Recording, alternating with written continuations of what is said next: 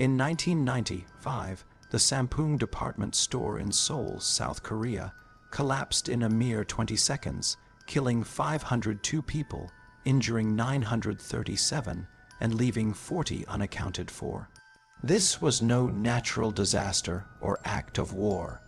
It was a preventable tragedy born of greed, negligence, and ignored warnings. Today, we'll unravel the chilling story of a luxury mall that became a death trap, explore the haunting rumors that preceded its fall, and honor the survivors who defied impossible odds. This is the Sampoong Department Store collapse, a cautionary tale of what happens when profit is valued over human lives. Pause for emphasis. Let's begin with the setting. Sampoong opened in 1989 in Seoul's Gangnam district, a symbol of South Korea's economic boom. Gangnam, now synonymous with wealth and K-pop glamour, was then an emerging hub for the nouveau rich, doctors, lawyers, and professionals eager to flaunt their status. Sampoong wasn't just a mall, it was a five-story palace of opulence. The fifth floor housed upscale restaurants. The fourth offered luxury household goods like fine wine glasses. The third catered to men's fashion, the second to women's, and the first dazzled with imported cosmetics and jewelry. Basement level B1 featured supermarkets and affordable food stalls, while 4 lower basements held parking and storage. Connected by hallways to a planar building B with offices and a gym, Sampoong was a one-stop destination for Korea's elite. It drew thousands daily, generating millions in revenue. Pause for emphasis, but beneath the glitz, unsettling stories emerged. Children shopping with their parents reported seeing a bleeding agency, Korean term for a middle-aged man urging them to leave. Picture a 6-year-old boy, let's call him Min Soo, tugging at his mother's skirt in the children's clothing section. His eyes are wide, his voice trembling. The agency says we need to go home now, he whispers, pointing at empty air. His mother, distracted by racks of tiny jackets, glances down. There's no one there. Min Soo insists the man was bleeding, trying to hug a cashier. Other children told similar tales. Bloody figures climbing onto workers' backs, warning of danger. Parents chalked it up to boredom or imagination, perhaps a ploy to visit the toy store. But these rumors, whispered across Seoul, hinted at something darker. Were they coincidences, or did these children sense a tragedy looming? Pause for emphasis.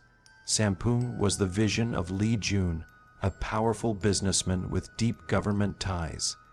In the 1960s, Gangnam was a rough, undesirable area south of the Han River, shunned by Seoul's old, money elite who lived north. Lee, a former government official with rumored CIA connections, had a knack for real estate. He bought 2 million square feet of Gangnam land for pennies, knowing government plans would transform it into a gold mine. By the 1990s, his $10,000 investments were worth $1.5 million. Sampoong was his crowning achievement, projected to earn $300 million annually. But Lee's ambition came at a cost. To maximize profits, he made decisions that turned his dream mall into a ticking time bomb. Pause for emphasis. Lee hired Woosung Construction, a respected firm, to build a 4-story commercial complex. Halfway through construction, he demanded a 5th floor for restaurants, dismissing engineers' warnings that the foundation couldn't support the additional weight. When Woosung refused, Lee fired them and brought in his own construction company, staffed with men who followed his orders without question. This was only the beginning of his reckless cost-cutting. Most large malls have 2 escalators per floor, not just for crowd flow, but to evenly distribute structural weight. Lee opted for 1 escalator per floor to save money. Load-bearing columns designed to be 31 inches thick with 16 steel rods for support were reduced to under 2 feet with only 8 rods. Imagine a building with half its skeleton missing, struggling to stand. Pause for emphasis. The 5th floor was a disaster waiting to happen. Originally planned as a roller skating rink, a relatively light structure, Lee changed it to a row of upscale restaurants. These came with heavy industrial ovens, walk-in freezers, and heated floors that added 2,415 tons of weight. On the additions, 387-ton air conditioning cooling towers, each the weight of a small house, sat on the roof, their constant vibrations causing cracks in the already weakened structure. Lee also used flat slab construction, a cheaper method where columns meet ceilings directly, making them prone to punching through floors under stress. Safer designs, like drop panels that distribute weight better, were ignored to cut costs. Pause for emphasis. Lee's cost cutting didn't stop there. A bookstore's heavy inventory caused the second floor to tilt, forcing its relocation to the basement. Lightweight wood floors were replaced with heavy marble, and interior walls were demolished to create open merchandise spaces, all without structural reassessments. By 1995, the building was in distress. Cracks snaked across ceilings, water leaked from AC units, and the fifth floor tilted at a 15-degree angle. Diners noticed chopsticks rolling off tables, and kitchen staff found fridge contents sliding to one side. Customers reported tremors, mistaking them for minor earthquakes. 2 months before the collapse, civil engineers inspected the mall and told Lee's son, the mall president, that it was in imminent danger of collapse. Evacuation was the only option.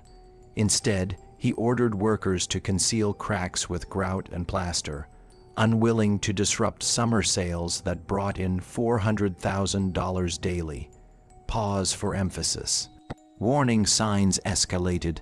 10 days before the collapse, a fifth-floor diner felt the building shake, assuming it was an earthquake. Yet no quake was reported.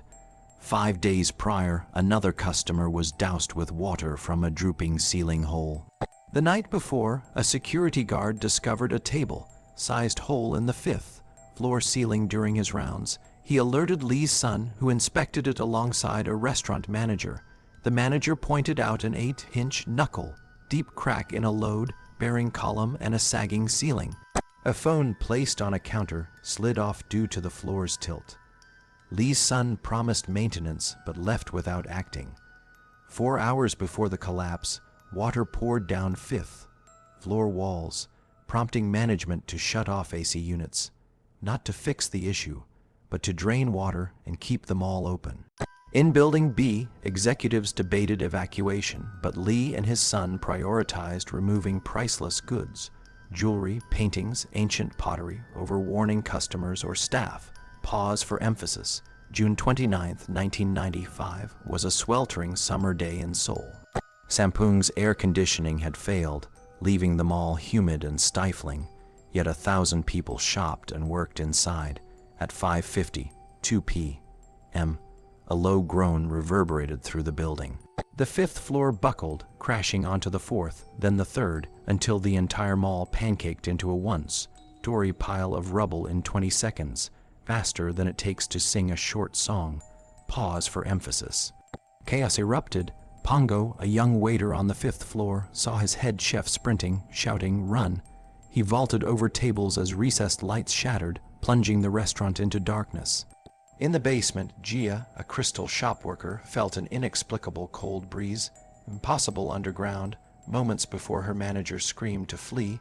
Sarah, a 19-year-old clothing store employee on B1, sensed the same eerie breeze. Michael, a 21-year-old shoe store worker, was knocked unconscious, waking up entombed in concrete. Shoppers and staff had no warning, no time to escape. Those in changing rooms ran in underwear. Others were crushed in stairwells as crowds surged toward too few exits. Pause for emphasis. Outside, Seoul froze. Commuters thought North Korea had launched an attack. A deafening roar accompanied the collapse, and dust clouds blanketed the area, coating survivors in white powder, their faces streaked with blood. The iconic salmon pink mall, once 10 stories tall, was now a flattened heap. Ambulances, fire trucks, and 4,000 rescuers, firefighters, police, soldiers, rushed in. Helicopters circled, but the situation was dire. The building's edges teetered, threatening to topple and crush rescuers. Heavy machinery, like cranes, risked squashing survivors trapped beneath concrete slabs. Rescuers likened it to a deadly game of pickup sticks. One wrong move could kill. They resorted to hand digging and light tools, crawling through unstable rubble, shining flashlights into crevices, and shouting for signs of life. Pause for emphasis. The human toll was staggering. Many died on impact, crushed by falling floors. Others suffocated in air pockets, bled out from injuries, or starved in the days that followed. Tragically, some drowned when firefighters' water, used to douse small fires in the rubble, flooded trapped survivors' spaces. Rescuers heard their final gasps but couldn't reach them in time. The basement offered the best chance for survival, as upper floors were obliterated. Building B, with its sturdier columns and lighter load, remained standing, sparing the executives debating in its offices. But their decision to prioritize valuables over evacuation left hundreds in building had to face the collapse unaware. Pause for emphasis. Despite the odds, a few survived. Michael, a 21-year-old shoe store worker, was trapped in the basement, curled in a fetal position within a concrete coffin. He couldn't move, surrounded by jagged slabs above, below, and beside him. The air was stale, dusty, and thin, triggering claustrophobia. For 11 days, he survived on rusty water dripping from above, scooping it into his mouth. He found scraps of cardboard, wetted them, and ate the soggy pieces to quell hunger pangs. Two women, an older customer in her 50s and a 25-year-old kitchen where shop worker, were trapped nearby, their voices echoing in the dark. The older woman, crushed by concrete on her chest, gasped, "My daughter turned 30 this year." They vowed to escape together, but her voice faded, then the younger woman's, leaving Michael alone. Delirious from thirst and fear, he thought he was hallucinating when a rescuer's flashlight pierced the darkness on day 11. "I'm here," he croaked. Rescuers clawed through 4 tons of concrete, pulling him out after 230 hours. Carried on a stretcher, he waved weakly to cheering crowds, a beacon of hope. Pause for emphasis. Gia, a basement crystal shop worker, endured 13 days pinned under a concrete pole. The ceiling above her crept closer, grazing her nose by the end. She sipped rusty water through her torn shirt, unable to swallow it directly due to its foul taste. Losing sensation in her trapped legs, she hallucinated they were floating or walking. The sound of heavy machinery terrified her. Would it crush her? On day 13, a rescuer spotted her foot. "Save me," she screamed. They dug by hand, freeing her after 285 hours, the ceiling mere centimeters from her face. Gia later said she felt found, not saved, grateful her mother would at least know her fate. Her mother, interviewed, said, "The day she dies is the day I die." Pause for emphasis. Sammy, trapped in the children's clothing section, survived 15 days in a tiny air pocket. She heard a colleague scream, pinned by concrete, begging for help. Sammy tried to calm her, but the voice stopped after days. Alone, Sammy drifted in and out of consciousness, unsure how long she'd been trapped. On day 15, rescuers heard her faint cries, pulling her out after 360 hours. She was the last survivor found, marking the end of miraculous rescues. Pause for emphasis. These three, Michael, Gia, and Sammy, became national symbols of resilience. Michael offered modeling gigs, craved an ice-cold cola. Gia, with her trademark humor, joked about dating her rescuer and requested iced coffee. Sammy longed for ice cream. Their light-hearted requests contrasted the grim reality, endearing them to a grieving nation. Schools offered scholarships, and brands vied for endorsements, shattering stereotypes that South Korea's youth were weak, but their survival couldn't erase the loss. Pause for emphasis. Rescue efforts were heroic but chaotic. South Korea's disaster response system was unprepared. Families camped at the site, unsure if loved ones were alive, dead, or in which hospital. Volunteers poured in, including retired doctors and middle-aged women cooking for rescuers. But looters, dubbed hyenas by the media, stole designer goods amid the chaos. One was caught wearing 10 pairs of stolen pants, claiming he was cold in June. Over 400 were arrested. Rain hampered efforts, slowing rescuers but failing to douse fires sparked by exposed wires. After 10 days, with no survivors found, rescuers shifted to recovery, fearing the rule of 3 days without water, 3 weeks without food. The site reeked of decay, and heavy machinery was brought in. Families called loved ones' phones, hoping to hear ringtones, but heard only silence. Pause for emphasis. The investigation exposed Lee Joon's negligence, his cost-cutting, fewer escalators, thinner columns, a 5th floor the foundation couldn't support, doomed the building. Flat, slab construction, heavy AC units, and last-minute changes like marble floors compounded the risk. Lee knew the dangers but prioritized profit. He and his son faced trial, a rare event in a country where elites often evaded justice. The victims' status: wives of Samsung and Hyundai executives, judges' families, pushed the court to act. Lee got 7.5 years, his son 7. Their fortune was liquidated, giving families about $250,000 each, a pittance for such loss. Lee died a year after release. His son, socially exiled, reportedly fled to Russia.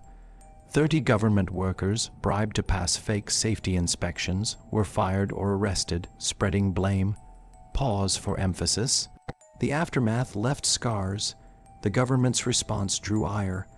The president's brief condolence felt performative, caught on a hot mic saying that should be enough, right? Families demanded a memorial, but instead of prime Gangnam land, it was built in a remote mountain area to protect property values. A luxury apartment rose where Sampoong stood. One father, Mr. Jung, lost 3 daughters, including a blind professor who'd overcome immense odds. He donated over $1 million to charities, saying money was meaningless without his children. Pause for emphasis. Gia, the 13-day survivor, reflected, tragedy doesn't choose its victims. It can strike your child waving goodbye or your spouse promising to come home. The Sampoong collapse teaches us that safety must come before profit. No one should think, it won't happen to me. Share your thoughts below. What could have prevented this? Stay safe, and I'll see you next time. Pause for emphasis.